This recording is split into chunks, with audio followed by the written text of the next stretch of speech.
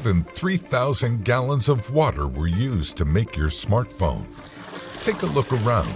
There's a hidden cost of water in everything you see.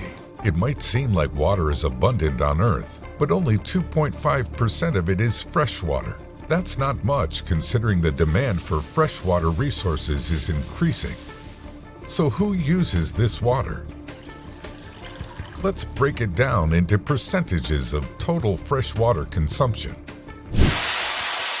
Domestic use accounts for 10%, industry and energy 20%, and agriculture 70%. On average, each person uses up to 100 gallons of water every day. A 5-minute shower uses around 20 gallons of water. Want to do the laundry? That's 30 gallons per load. We consume a lot of water a day, directly and indirectly. In fact, each person uses up to 4,500 gallons every single day, but we don't see 90% of it. This is what's called virtual water.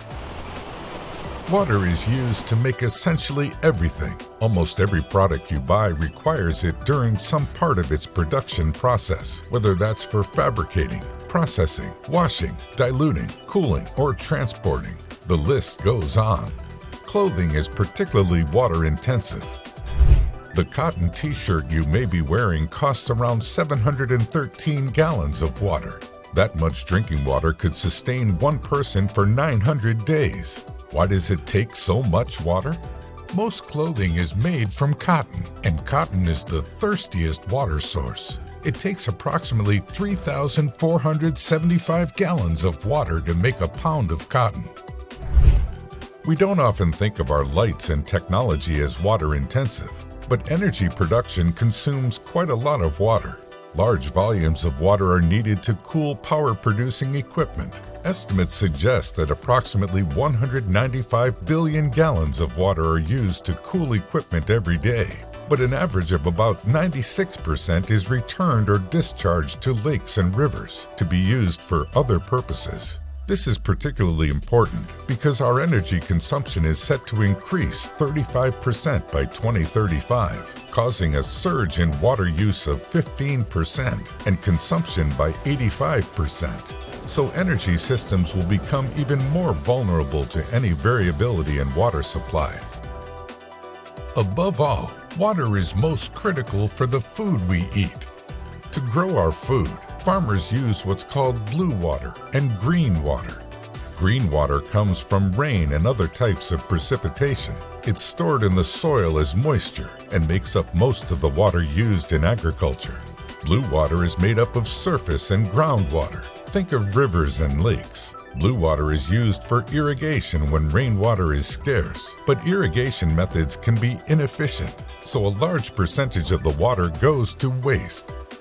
The water required to meet the needs of the world will soar as countries develop and populations continue to grow. Experts estimate that global water demand will increase by 55% in 2050. To keep up with these projections, massive changes need to take place in order to improve the efficiency of global water consumption. Possible solutions can be as simple as installing smart water meters everywhere, allowing users to track water consumption and spot possible leaks. Solutions can also be more complex and cohesive. AI can be a powerful tool in managing our water systems in order to continuously track, predict, and respond to water demand effectively. But of course, let's not forget our individual role in all of this. At the end of the day, when it comes to our natural resources, we're all interconnected. Our water consumption impacts not just our local community, but the world as a whole.